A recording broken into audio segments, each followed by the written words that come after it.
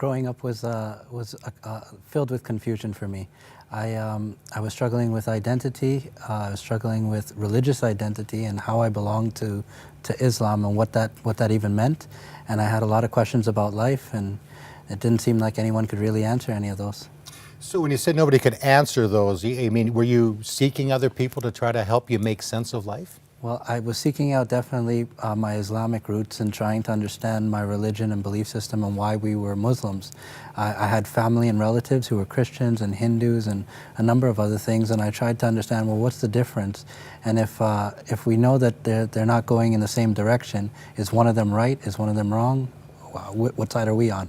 So you get involved in drugs and you start getting into trouble. What led to that? Was that because of some of the confusion you were having? Definitely. I was searching it out, and I actually started attending the mosque, reading the Quran, and finding at the end of it that I didn't feel like it answered any of the questions that I was seeking to find out, but yet having this expectation that we have to live for Allah and live up to these rules and traditions, and I just casted it off at a young age and decided to do my own thing. So you felt that the standards were what, too high or unattainable, or?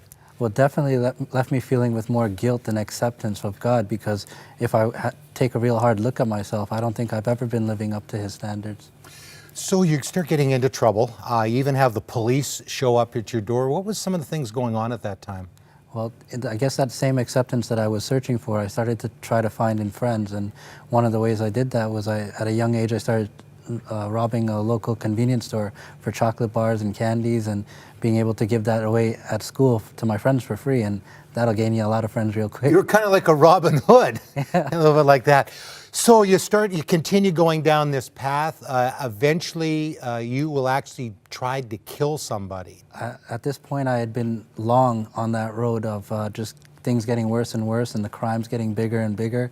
And by that time in 2004, I had been suppressing even my conscience about the things I'd been doing, and there was a lot of abuse at home and confusion in my own personal life that just led to me feeling like acting on my violence was a way to control what was going on. And time again, it showed that it was no answer at all, but at the time I really thought it was, and I thought that if I took control of the situation, that somehow they would bring about peace. I ended up almost killing a man. So tell me about that. I know it's a little bit hard for you to talk about, but he didn't die, but you stabbed him 9 times. By the grace of God, a person stabbed 9 times didn't die. At first it was definitely considered a second-degree murder because he died on the scene.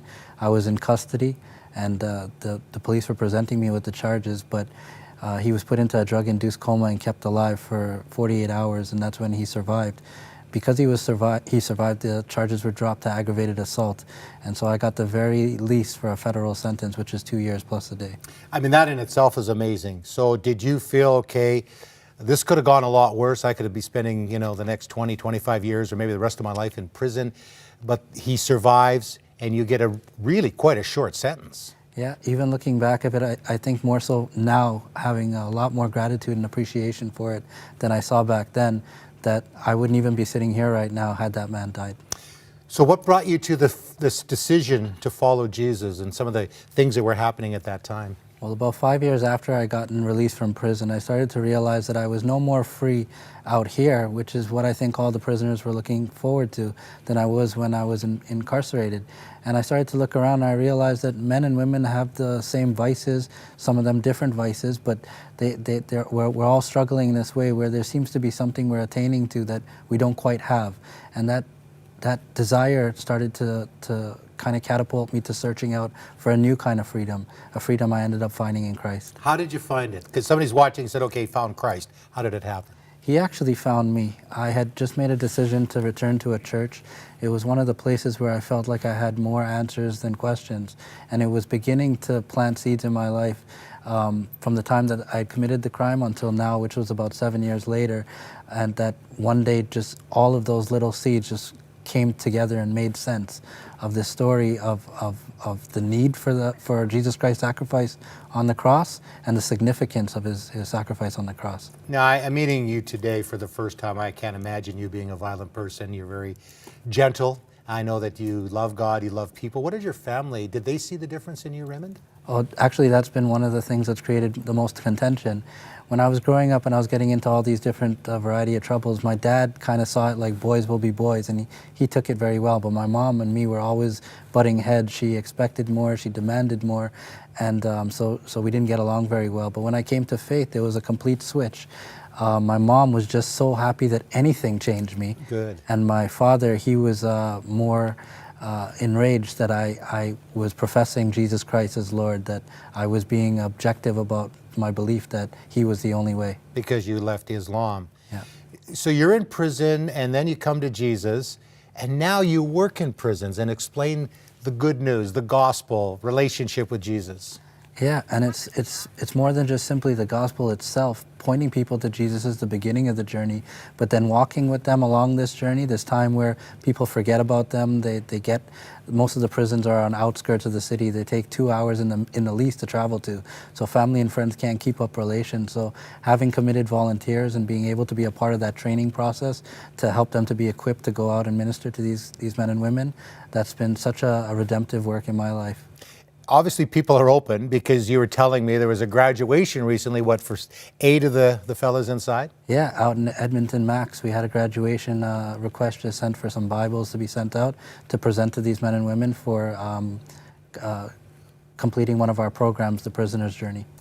I know, Prison Fellowship, Chuck Olson, amazing ministry. Last thing I'll ask you, Raymond, are people open? Because in Canadian culture, often the religious stuff, keep it away from us.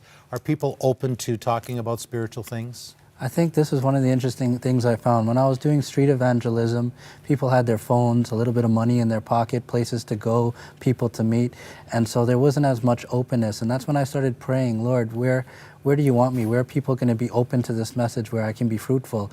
And that actually got me into the prison waiting rooms, which eventually led me to Prison Fellowship Canada. And so I definitely recognize that there's a need and a hunger for prisoners that they want to hear this message. They need to hear this message, and they're open to hearing this message. And some of those guys and ladies as well, they have more freedom on the inside, because a lot of time we're inside a prison even though we may be on the outside. Yeah, and that's the sad part of it. Like, these guys, through their experience, the way that they're viewed sometimes, the perception of prisoners is like they need the gospel, but it's all of us that need it, inside prison and out. The only thing about being in prison is I think there's a little bit more recognition that you've done something wrong in life, and that there's a possibility for hope. Okay, Raymond, well, thank you very much. You're a part of what we're doing at 100 Huntley Street, telling the lives of people that have had their lives transformed like yours, and now you're a part of seeing other lives get transformed as well. So thank you very much. Thanks for having me. And you know what? If you have never made that decision to follow Jesus, and you think, well, I don't even know if this is true, why don't you give it a try? Raymond did, I did. Many others have given that, at least being open to the message of the gospel of Jesus. So give us a call, 1-866-273-4444. Talk to a wonderful prayer partner, and it literally will change your life.